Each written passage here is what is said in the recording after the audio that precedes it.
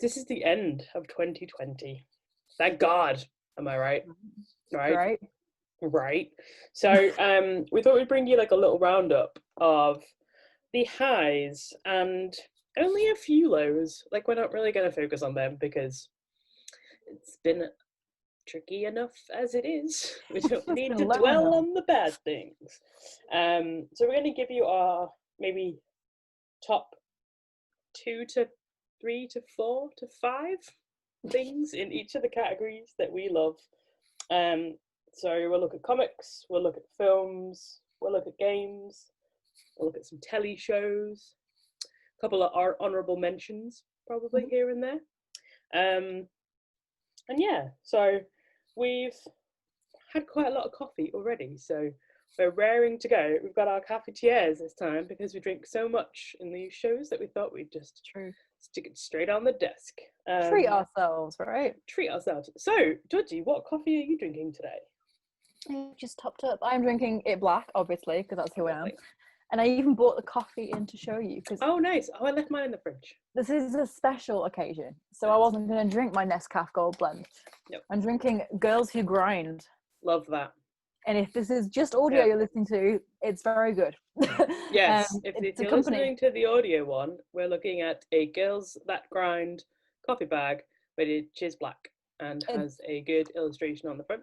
And it's an all-female small batch coffee roastery based in the southwest. When are we moving? Literally. Can we join? Can we have jobs, please? Yeah.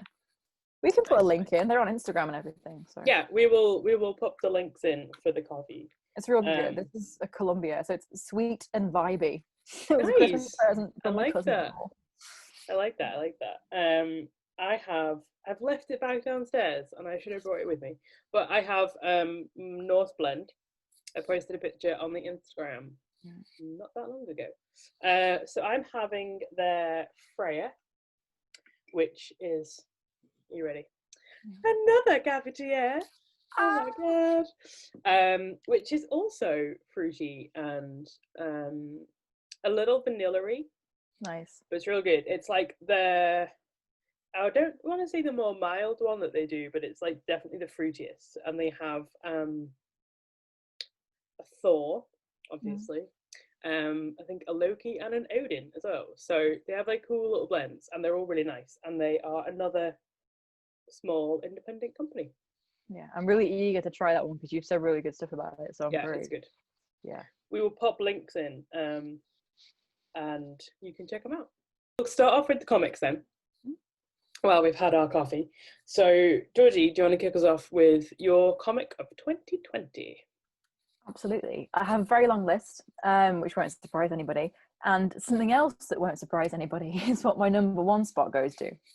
It wasn't contention this year. There's been some really, really, really good picks. Yeah. But in a move that will surprise literally no one, my number one spot goes to A Dark Interlude.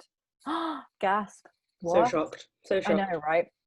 So Dark Interlude, written by Ryan Sullivan, is, as you may know from the name, not a sequel to Fearscape. It is a follow-up to Fearscape. And he's with the same team too. So we've got Pencils and the Inks by Andrea Muti, colours Vladimir Popov, letters Darren Bennett of Android Design. Yeah. And then there's lots of different variant covers as well, which are gorgeous. Obviously published by Vault. And Fearscape was one of my favourite comics in recent memory. And I think that was your favourite of last year, wasn't it? Like the favourite that you read. Yeah.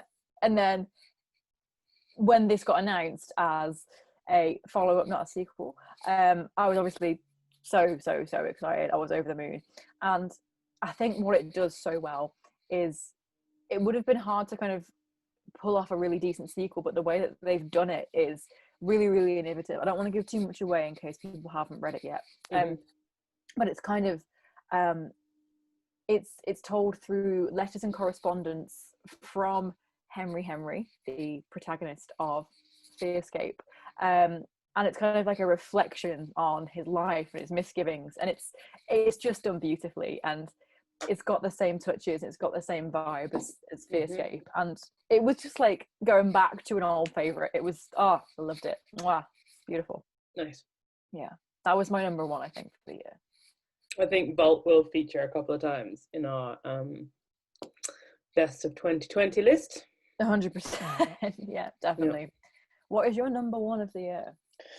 My number one is Homesick Pilots, issue number 1 from Image.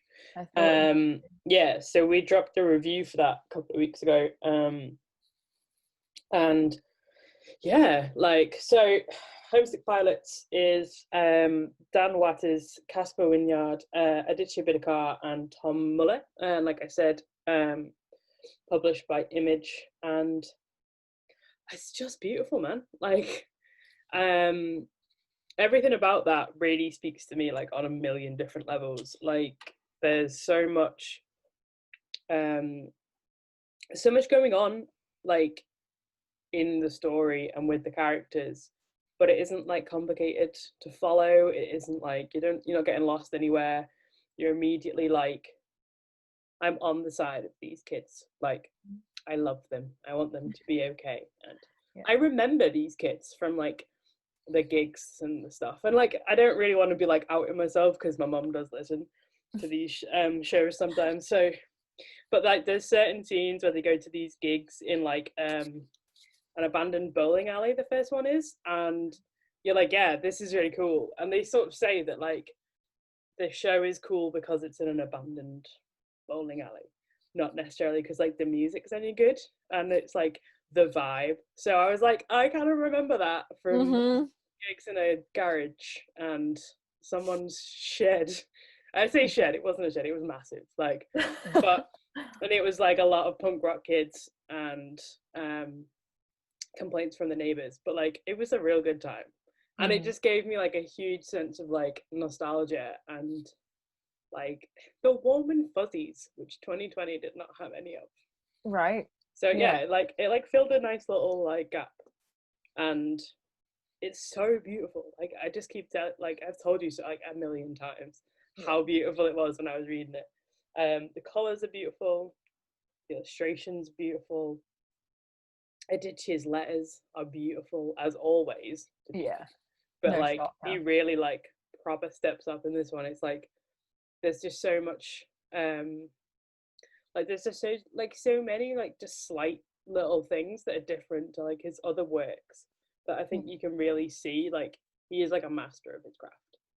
And yeah, it's super good. It's like it is like a kind of coming of age horror with a bit of like mechs with some punk rock. Everything about that sounds great. Right? Haunted houses, giant death robots, and some punk music. And I think they had like a little playlist that they put together for like what they were listening to and stuff while they did it for like their inspiration, which I think they have on Spotify. I love that. Yeah, which is cool. That. Yeah, it's a good time. Yeah. And it is out now. I think it came out at the beginning of this month. It's a recent one, isn't it? Yeah. Yeah. Real good. Yeah. So I think we have a joint title on our list coming up next. We do. Which is, to be fair, another Vault title. And that is Autumnal issue 1. Yeah. It was just beautiful, wasn't it? It was it was, yeah. It's so aggressively with both of our back. It's got big Stephen King vibes as well, you know, New England, that kind of thing. And it's we were saying just before we started recording that even though like it's a dangerous town and something's amiss, it just looks so nice. Like we want to live there. It's so pretty. It's so pretty. We want to go and live and maybe open like an artisanal coffee shop on the high street. It'd be so nice. And in the evening we'd sell like craft beer. That's all. Now I'm just sad, okay? Now I'm sad that I'm not doing that. Yeah, anything kind of folkloric horror is immediately going to be our jam. And I think the Autumnal is just the way that it's produced, and I mean the art and the everything about it is Christian does the art, and it's stunning. It's written by Daniel Krauss as well, who's very, very well known author. Jim Campbell's letters are just always spot on, aren't they? Really, I can't think of anything bad that he's ever lettered. And the colours with Jason Wordy, and they're just so rich and warm, and they're so autumnal. It's just the way it's produced, the panel layouts and everything is just absolutely divine, and that's a heck of a way to start a series. Oof. I really like Chris, and I'm really looking forward to seeing like what he creates. Chris is a powerhouse going forward. Like, his art is absolutely amazing, and I just like that there's so much mystery. Like, we're not shown anything like other than the very final kind of pages. There's such like a slow bit, and like it's kept so under wraps that you can just feel like it's all like just, you know, simmering away like underneath, and you're like, something's going on, but I'm not quite sure. It's like rural gothic, that genre of, you know, the gothic tropes in that typical rural American setting that screams Stephen King, it screams that kind of genre of modern rural gothic, and I just think it was masterful. Mwah. That was the chef's kiss for the audio listeners. Mwah. Chef's kiss for autumnal. Love that. Any more that you want to mention? Absolutely. It was very, very tough between this one and my number one spot, but Blue and Green. And if you want to listen to an interview that we did with writer Ram, we have it somewhere on our Spotify. We do. So I think everything we've talked about so far, we've also covered in reviews. So the links for all the various things will be in the information boxes. They will be.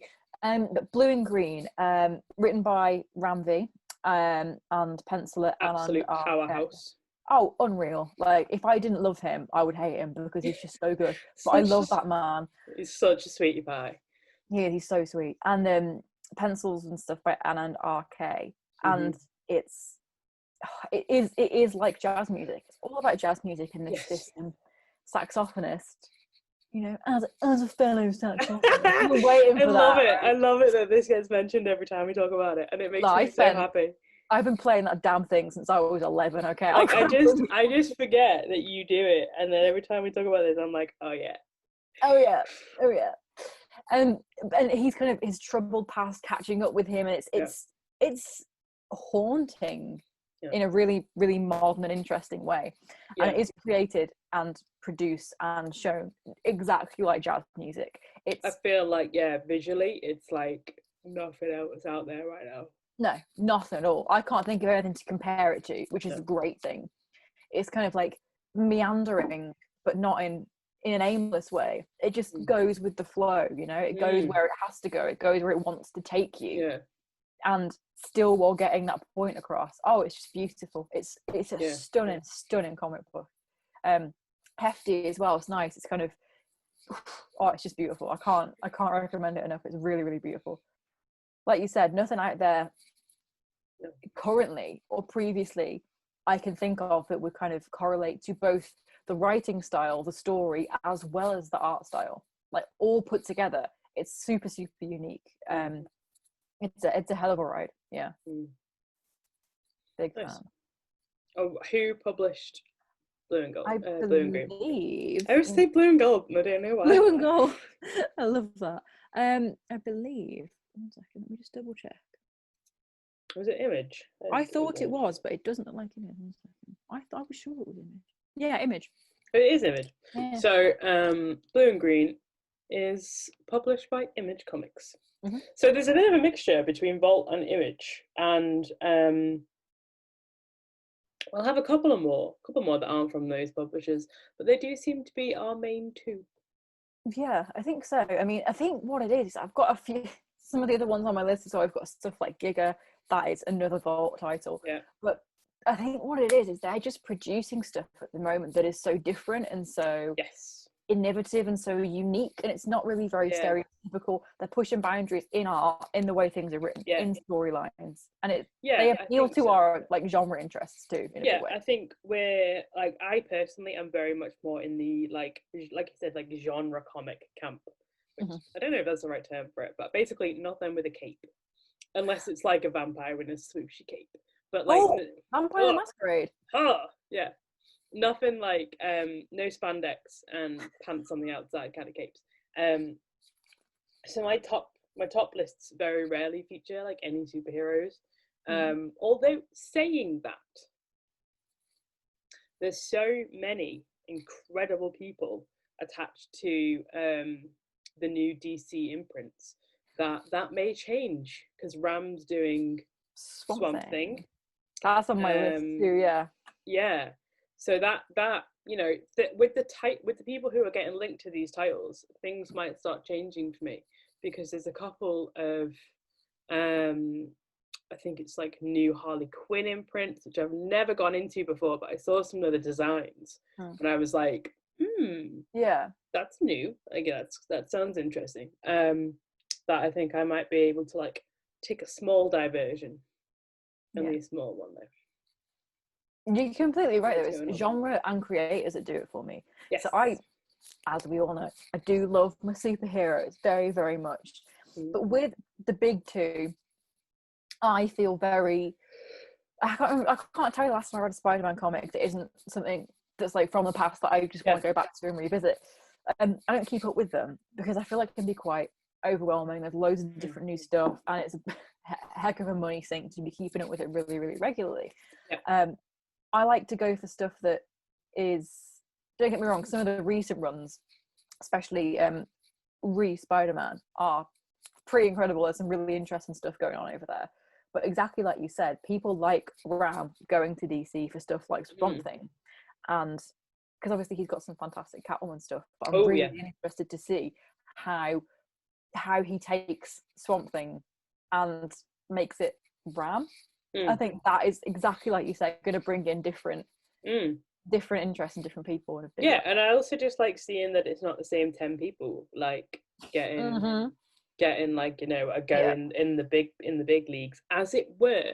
It's not necessarily the big leagues now, but for a lot of people, you know, that's their life goals, and I like that the opportunities are opening up a little bit more for that. I think that's nice. 100%. Promising things. Yes. So we'll do some honourable mentions. Of course. So honourable mention goes to Resonant 6, which just returned back. So I don't know if this is the start of the second arc, but I think it might be. So there's so much going on, and it's still just as like engaging as the first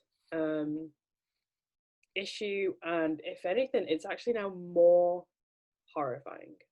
Wow, awesome. Yeah. So David Andrew writing still, now Skylar Patridge doing the lines. Yeah. Jason Wordy on the colours, and Darren Bennett on the letters. So still almost the core team still, just added Skylar in there. There isn't like a huge design leap, which I think is really, really interesting, because they've kept it quite similar to how it was before, because sometimes that change can be jarring. Like we all remember the Buffy the Vampire Slayer issues that we had earlier this year. You're right. It's seamless. Like you can see the artistic differences, and you can see where her style and her technique comes in, but it is so perfectly fitting with what they're creating and the sort of like freneticness of those pages that it's beautiful still. Yeah, because like almost evolving with the story instead of it just being like a difference. Yeah, exactly. Because the first, like you said, the first kind of arc, we'll call it that, was I think if we're saying like maybe 1 to 5 was like volume 1, like I'm guessing this is going to be like the start of volume 2. Yeah, and the art style within those earlier volumes, exactly like you said, was so in keeping with the story. It was like kind of frenetic, busy, it was stunning, and it's nice to see that they've kind of kept that as yeah for sure. Yeah, it's good, and it's like escalating, and there's going to be like heartbreak in there. I can see it happening. Yeah. And I'm not prepared. No. Yeah. Another honorable mention, I think, will go to Indexed by Yes. Lucy Sullivan and Fraser Campbell. Yes. And it was madly popular on Kickstarter, wasn't it? I can't remember Definitely how quickly. so. I can't remember how quickly it got funded, but it was very, very quick. I think it was definitely like less than 24 hours.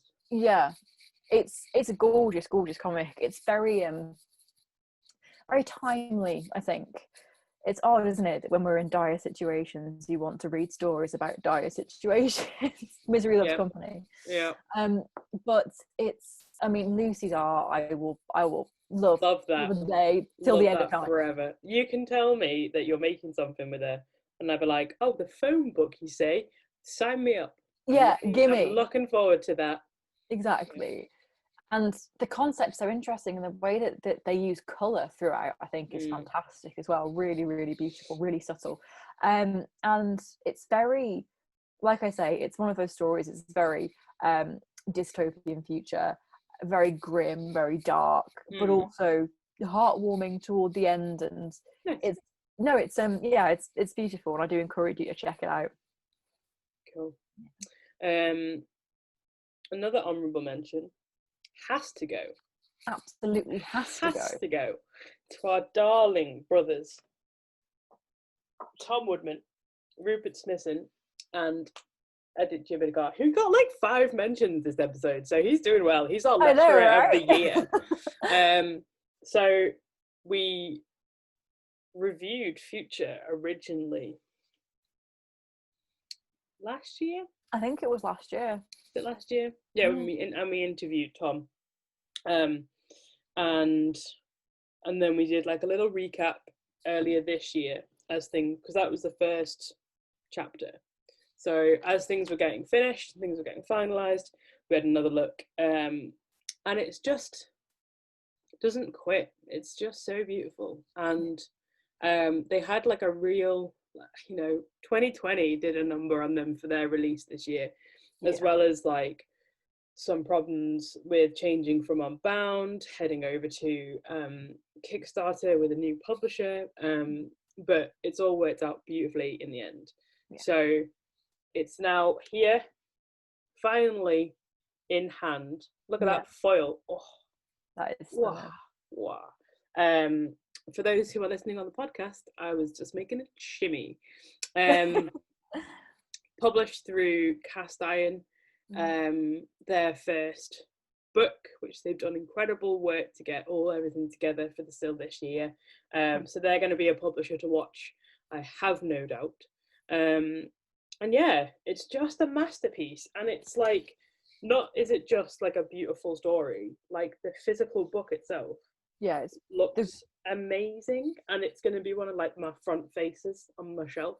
100%. So I have like Lucy's hardback barking front and center, and this is going to be the other one. Yeah, I'm just going to show you guys like a bit of the inside. I don't want to like spoil anything, but you know what page it's going to be. I know what page you're going to, because it's one of the best pages that I show everyone. You can't see it from my light, but look how glossy and beautiful those pages are. It's gorgeous. Yeah. Mine's been shipped to my parents' house, and my mom's basically got the go ahead for me. Like, if you get a package, post is a no, because that's probably like debt you needn't worry about. But if it's a package, I'm like, yeah, go ahead, open it. And she phoned me up and she goes, "This book has just arrived for you, and it's absolutely beautiful." I was like, I know exactly what that is. That's Future. It is stunning. I'm so excited to get my mitts on it. Yeah, I mean, like, I've read it now, like, must easily be like 100 times for like the reviews and stuff. And even as soon as I got it, I was like, I'm gonna sit down and read this bad boy again. Oh yeah, it is beautiful, and I think like it's just going to appeal to so many different people, and it's going to like, people are going to love it. Like, it's just, as much as there is some drama and it's like tense in moments, it isn't like there's no fighting, there's no real conflict. It's just the journey that these two people who love each other go on. Yeah, it's beautiful. It's beautiful. It's Yeah. it's gorgeous. It's yeah. So it has to have an honourable mention because it's now in our little mix. It's in our little mittens, and we're made up and we're thrilled. Yeah. So congrats, chappies. Congrats. Any more in the comics, or shall we sashay over to films? Before we do, I will say big up to the anthology that was released, Tales from the Quarantine. Yep. It's so amazing to see. I think it was 400 creators in like 60 different countries all come together. Huge names, huge people pulling together to create something. And I think all their pre-orders I think go live in January, and I think all the profits goes to charity. Yeah. And so that's awesome. It restores your faith, doesn't it, a little bit? Like, yeah. Out of the horrible year that we've had, there's been a lot of, I think this year has been the year of comics and TV. I think, yeah, like comics definitely, because of the nature of their creation. Mm-hmm. Like, you don't need a team of like 100 people on the sound deck. Like, you've got the people individually who make up these teams who can work safely in their houses. And times of strife create, the best art. And obviously, like, it'd be nice if good times made the best art, so everyone could just be like happy all the time. But there's going to be a huge amount of stuff coming from people who, as well, like new creators who maybe have been furloughed for like most of the year, have now finally had a chance to sit down and like submit something to an anthology like Tales from the Quarantine, or create the art they've wanted to create for so long, but they've not had time because they've been tired from work or whatever commitments they may have. So as much as it's been a horrible situation, and like a lot of sadness and a lot of pains come out this year, there's also been like, hopefully, some good in the form of these, like, this art and these mediums. Yeah, 100%. Let's move on to films. Yes. Because I've bummed us out. You've uplifted. I feel very emotional. Oh. Okay, well, now we're going to have a little cry about films, because we're going to talk about my number one, and possibly Georgie's in her top list, which is Another Round. Yeah. So possibly a little bit of a technicality that I don't know if it's technically been released yet, but we saw it. Therefore. The London Film Festival, so it's something that I saw this year. So ergo, I think it has been released. Category. I'm not sure.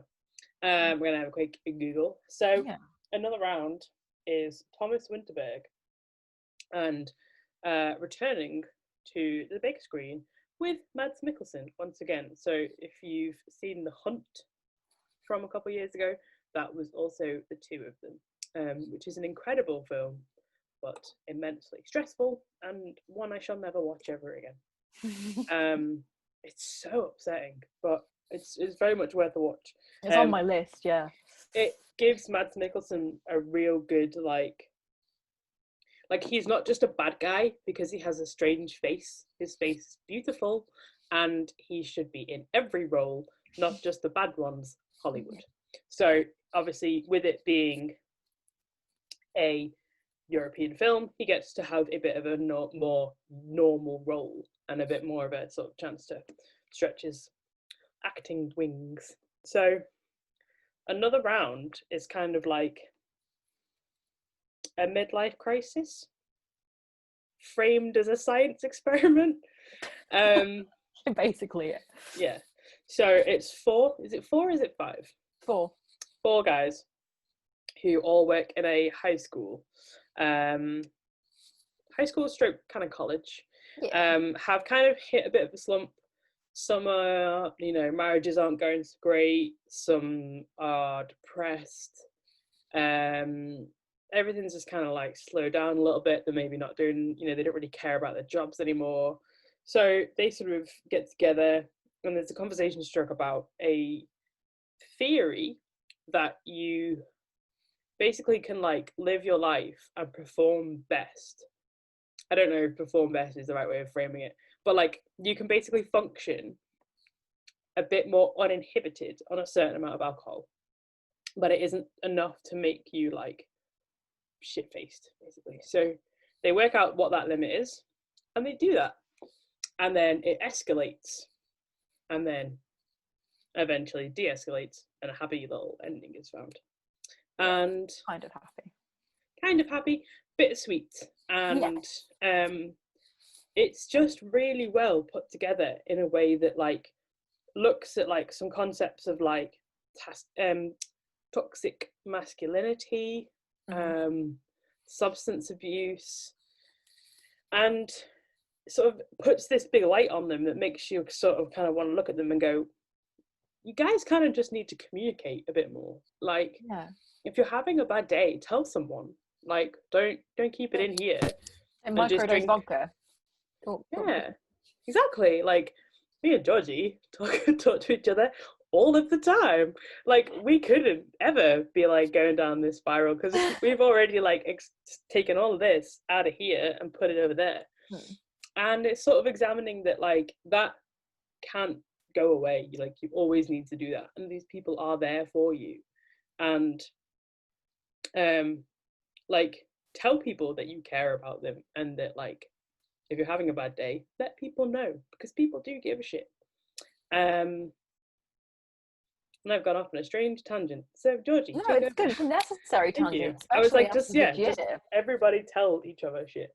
That's it, especially after this year as well. I think it's a lot of these inclusions have come around as a lot more timely than I think they were ever intended upon their inception. Especially stuff like Another Round. So Denmark does have massive issues with alcohol abuse. One of the highest in Europe. I think the highest. Especially among teenagers.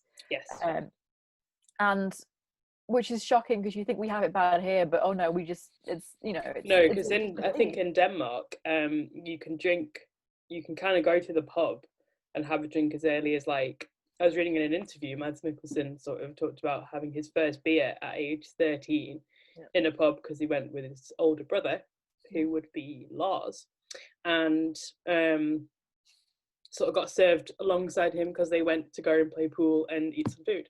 So it's that kind of more relaxed nature that where they may not have the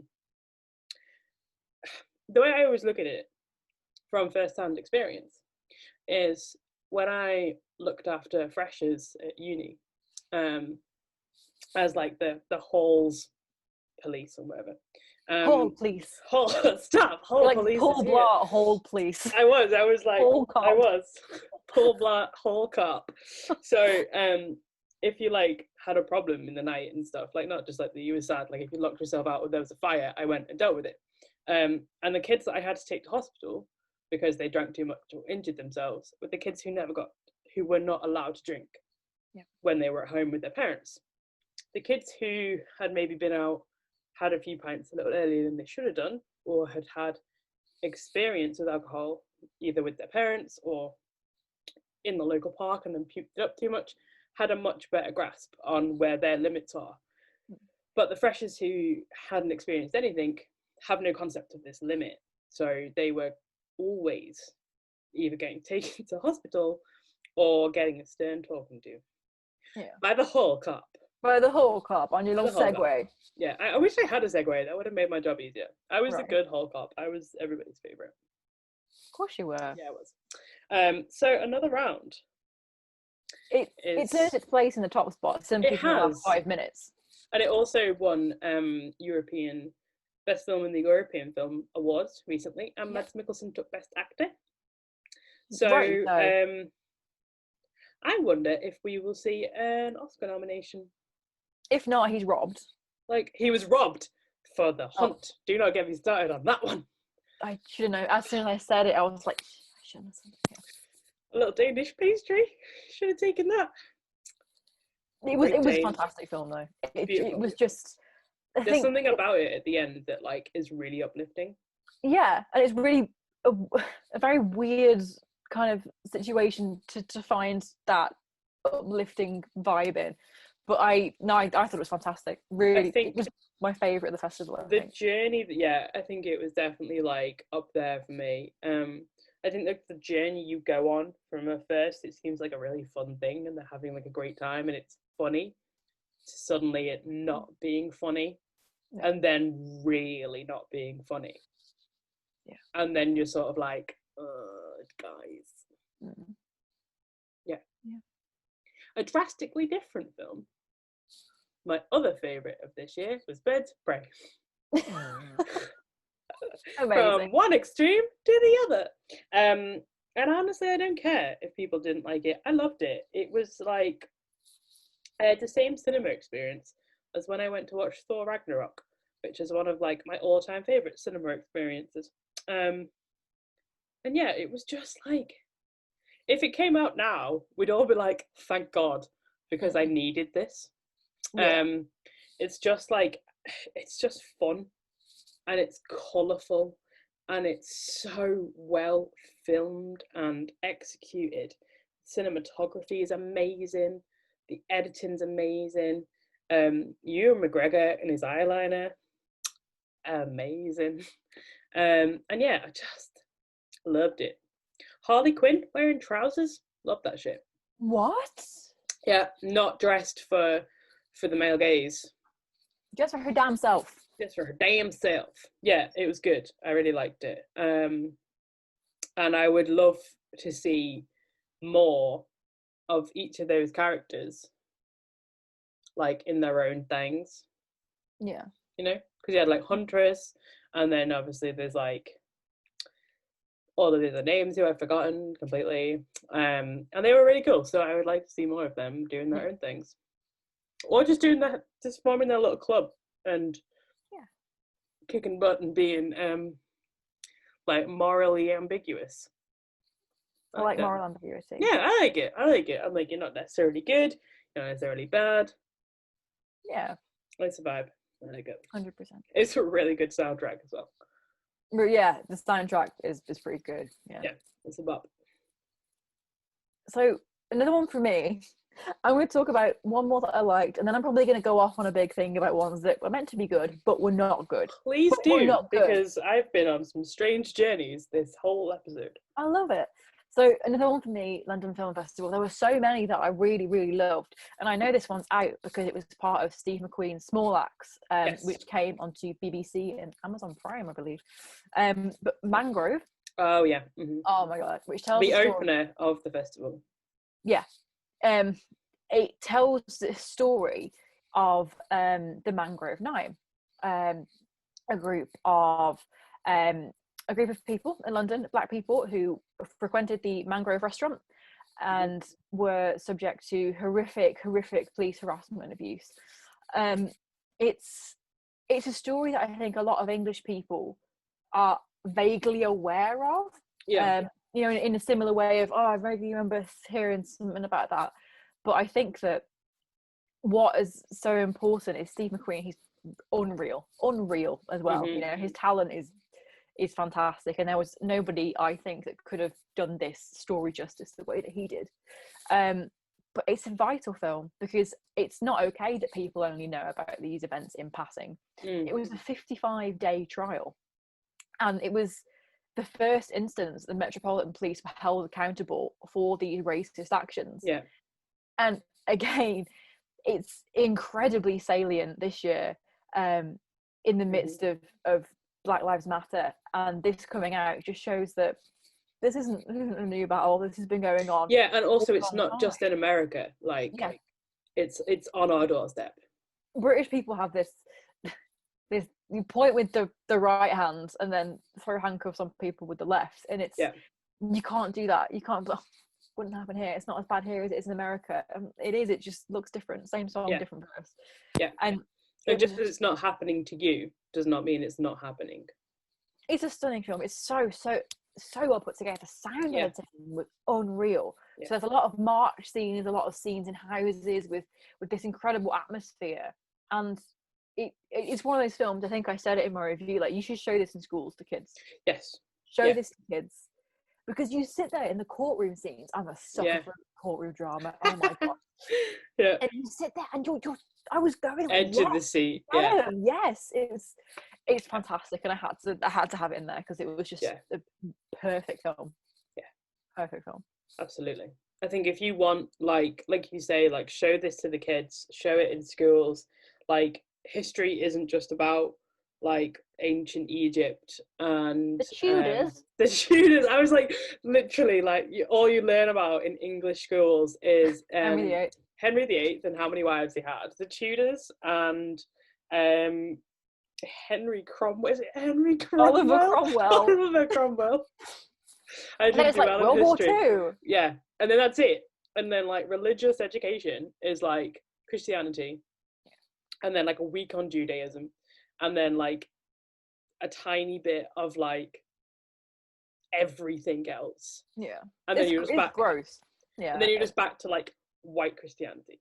So like you bring this kind of thing in that happens in the country where these people live. Like, you're going to have so much more engagement. You're going to have this people, you know, they're going to take this on board more. Yeah. And hopefully, like, you know, maybe inspire them to keep that good fight going, you know? For sure. I mean, in our review, the first thing I did was I've got a couple links in there to reviews by Black people of colour. Because, you know, this isn't my story. I just was telling you how great the film was. And if I could make one more person watch it, then that's great. But also, on the topic of the way things are taught, if you don't follow the Black curriculum on Twitter and Instagram, it's fantastic. They're looking at kind of exactly like you said, reform in schools to get those elements of history taught. Yeah, because like it's like that. Is it Anne Boleyn, that new Henry VIII show that's coming out, and it features one of the wives who's been played by a Black actress, and there was obviously outcry because it's not historically accurate, and a load of things was just like, no one cares. Literally no one cares. We all know the story because it's rehashed by the BBC every 3 minutes. Literally, we all know everything to do with it. It's fine. I feel like I was there. Like, yeah, like we were just living there in the rafters, like, oh, it's happening again. It's not revolutionary. No one cares. Bring more contemporary history in that is actually important to like what's going on in the world. Yeah, 100%. I don't care about rich white people. I don't. No, spin them off. I'll stop. Next of films, thing that we're gonna just throw out. So, well, I have 3 films on here. It's probably gonna piss a lot of people off. It will piss a lot of people off. I'm excited. 3 films that I couldn't be bothered to go and see, to be honest, or that just didn't hit the spot for me. Okay. So, didn't bother with Tenant. No. Christopher Nolan. I know it's on Amazon Prime, but I can't even bother to do that. I was going to say something really vulgar, but I know your mom listens, so I won't. No, it's okay. You can say it, and I may or may not chop it out. It's Christopher Nolan having a wank over how great Christopher Nolan is. It is exactly that. Yeah, he's very proud of himself for this. It's got Robert Pattinson in it, and I didn't watch it. Like, that should tell you. Have you watched The Lighthouse yet? It's on my list. Okay, so this is why, like, I think you're less of a Robert Pattinson fan than you claim. Because that's not true. I haven't watched him banging one out over a mermaid. I kid. We're not going to get like, that way. This, you know what I mean? It's like it's so. I'm gonna get so much hate because I know I've got so many friends who are massive Christopher Nolan fans, but it feels like every film he does is a fucking pat on the back, and he gets a free pass every time he makes something, because if it's confusing, he just didn't understand it. You know. Well, this is what I was gonna say, because a lot of people who I know who are casual fans and are like big movie fans and are a big, you know, and are fans of a complex film, shall we say, and things like that, were like, I don't know if it was that it was too smart for me, or if it was actually just not that good. Yeah. It feels to me. I heard a lot of stuff about sound editing. It's not about it being really quiet. Yeah, I've heard that it's mumbly as shit. Yeah. And I think that the thing with Tenet was, what also didn't help was everyone heralding this as the cure for the coronavirus. It And will also, save what would cinemas. save cinema? No, World peace. no. Oh, it's here. I'm You sorry, know, but what is going to save a cinema is a Marvel film or a Disney film, because that is what puts bums on seats in a mass appeal. mass appeal sense. I'd love it to be. Sorry, Scorsese. Yeah, I know, but if you're looking at, you need to get money to keep it running. That's fine. Sometimes you've got to rely on the big corporate companies that are going to fill the chairs to be able to then showcase everybody else. And it's a necessary evil. Like, these things exist, but also, like, these industries are worth billions. And if it was like the only way to save, we only have like The View where I am, and it's like, if the only thing on is like the big Marvel film, it's gonna put bums on seats because it's accessible and people can go and enjoy it. But a film like Tenant isn't accessible or enjoyable. Well, this is it, and I can't give too much of a review because I didn't see it. But the fact that I had so little desire to see what was heralded as the savior of cinema is quite telling. Yeah, Speaking of I things, just couldn't be bothered to have my head wobbled. Yeah. Like, I kind of just want like comfort films. I've watched a lot of Studio Ghibli this year. I respect that. Yeah. Speaking of films that were supposed to herald the coming of a new age of British cinema, I don't know if you've seen it yet. I haven't. I still haven't. Okay. I know what I've just said, and it is on at The View, but it's only on at like 10:30 at night, and like, as we all well know, I go to sleep at granny time, so that's past my bedtime. Yeah, well, I don't blame you. Saint Maud. Yeah. Like, as soon as it comes, like VOD, like, I will watch it. But like, it was literally like losing a sneeze. I was so excited. I was so hyped. Oh, religion, horror, bring it to me. It's what I wrote my undergraduate dissertation on. Yes, I want it. Oh my God, was I disappointed. And this is the worst sentence I've ever said, and I'm about to become everything I ever hated. The A24 group on Facebook was like, I know, right? The A24 group on Facebook was like, oh, masterpiece. No, the last 2 seconds of a film do not absolve the fact that the rest was slow, boring, just didn't take me where I wanted it to go. It had so much potential and it was wasted. Wow. My exact words after it finished were, I think I'd rather have watched the Da Vinci Code.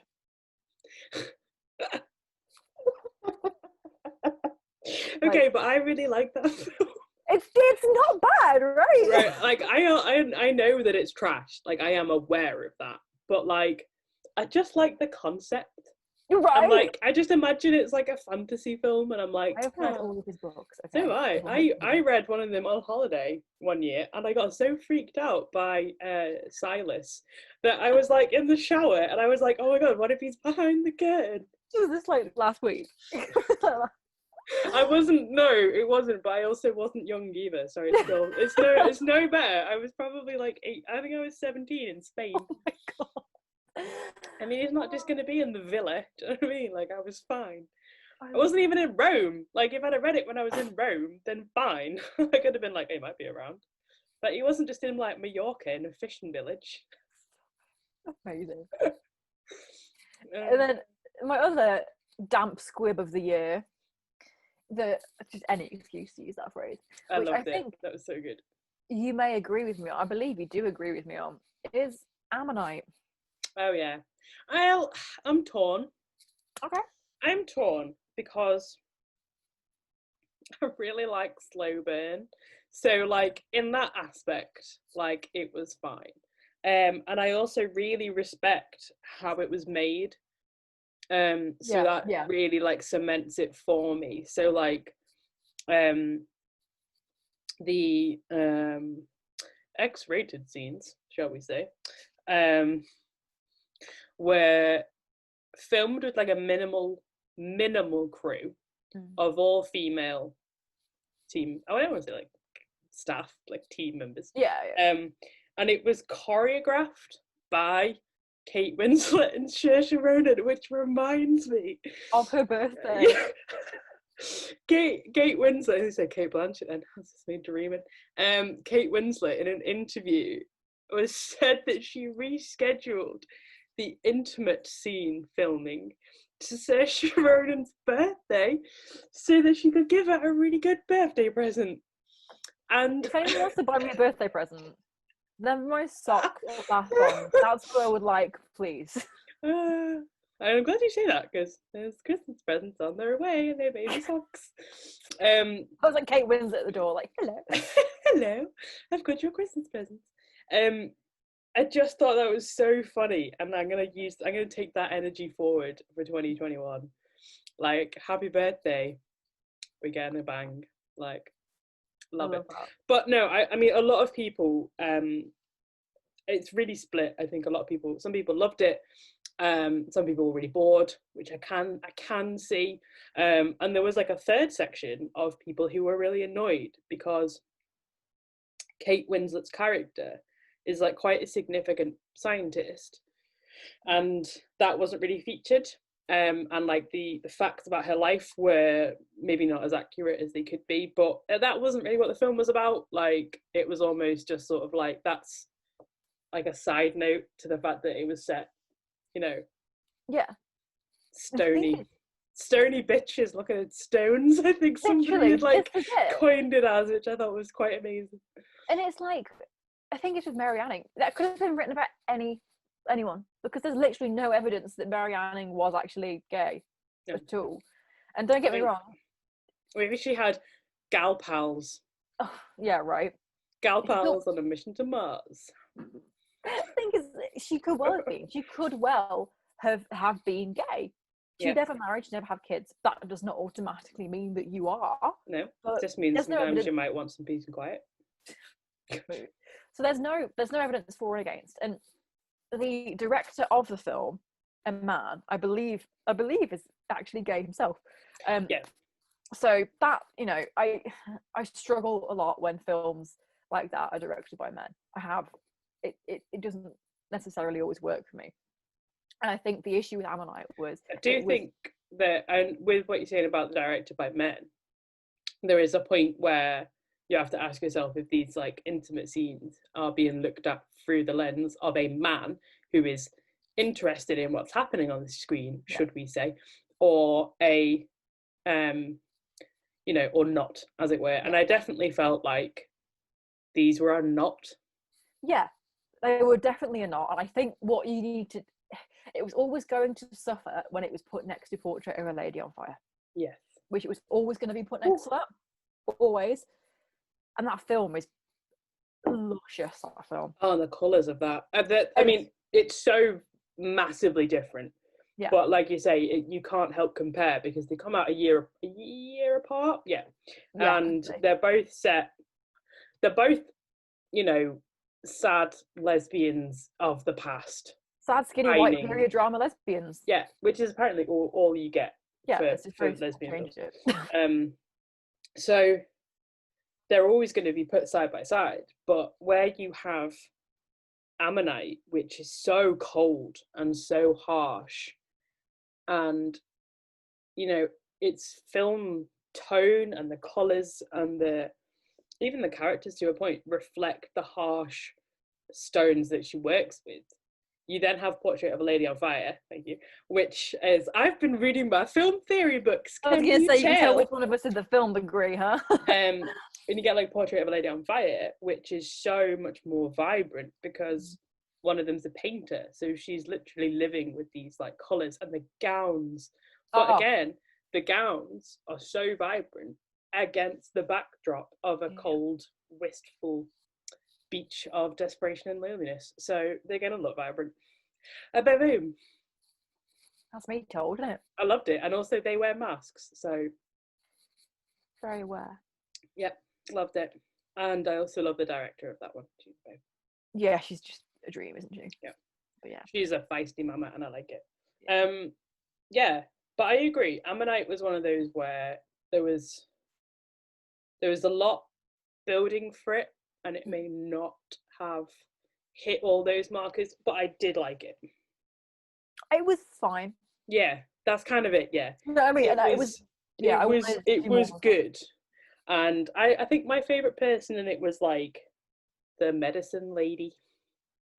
who was like, well, Oh, some Anne other things. Petunia, yeah. Yeah, and she's in Killing Eve as well. Yeah, she is. I don't know what the hell my friend is doing there. I'm enjoying it. Having a moment. Yeah, but I liked it. And I think honourable mention when we're talking films has to go to the film festivals this year that did really well at in very, very, very little time, like going completely online. And I think there's going to be a point where, as much as I loved being in London for the festival last year, it was incredibly expensive. Yeah. It meant I had to take time off work. I had to travel. I had to get a hotel. Then I had to travel in the day. And then a lot of it is queuing up, and you may or may not get into a screening. And then it's go and eat in one of the most expensive parts of the city. And then it's go and queue some more. And then it's travel back. Again, you're looking at buying more stuff. You're on the tube every day. And I loved it. Like, don't get me wrong, like that was like one of the highlights of my year last year. Yeah. But it's an incredible privilege to be able to go to these things. And I think with it being online, it was so much more accessible that it's almost going to be like, I really sincerely hope that going forward, maybe not next year particularly, but the year after, perhaps, when everything is, a little bit more encouraged to head back out into the big wide world, I don't want it to only be in person. Yeah. Because that would be a real disappointment. Because it is not a fully accessible festival. No. And I know they make a lot of allowances, and they do, really factor in for a lot of people, and it's like really diverse, and there's obviously no prejudice, but just the actual physicality of getting there, being there, and it's really tiring. Like, if you're not completely able-bodied, then like I was exhausted afterwards, and I am like, I am able-bodied, bit of a chronic illness, but like kind of minor, so it's like not that much of a big deal for like some things, but like 3 days of that, came home, I was wiped for like a week, and it's just not that accessible. And it also, you got to queue, you're with a lot of people, so I think we will see. This one was my first ever film festival ever, and you know what, I'm not gutted that it was all online. I think it was, as you say, so much more accessible. And I think loved being able to do it in my pajamas. Dude, we had a film date, didn't we? We did. Sat in comfies watching films. And I think that the way, exactly like you said, the way that they created it and the way that they shifted the entire notion of what a film festival is to online. It was beyond impressive. And like, really, there was only ever minor issues when it came to the screenings, and anything that was an issue was like, fixed afterwards, and people were given the option to be able to watch something if they'd had problems. And it's that sort of thing that like is really good, and I think like going forward they're going to have some sort of combination. I think so. I think it was received so well, I think it would be an oversight not to. Really.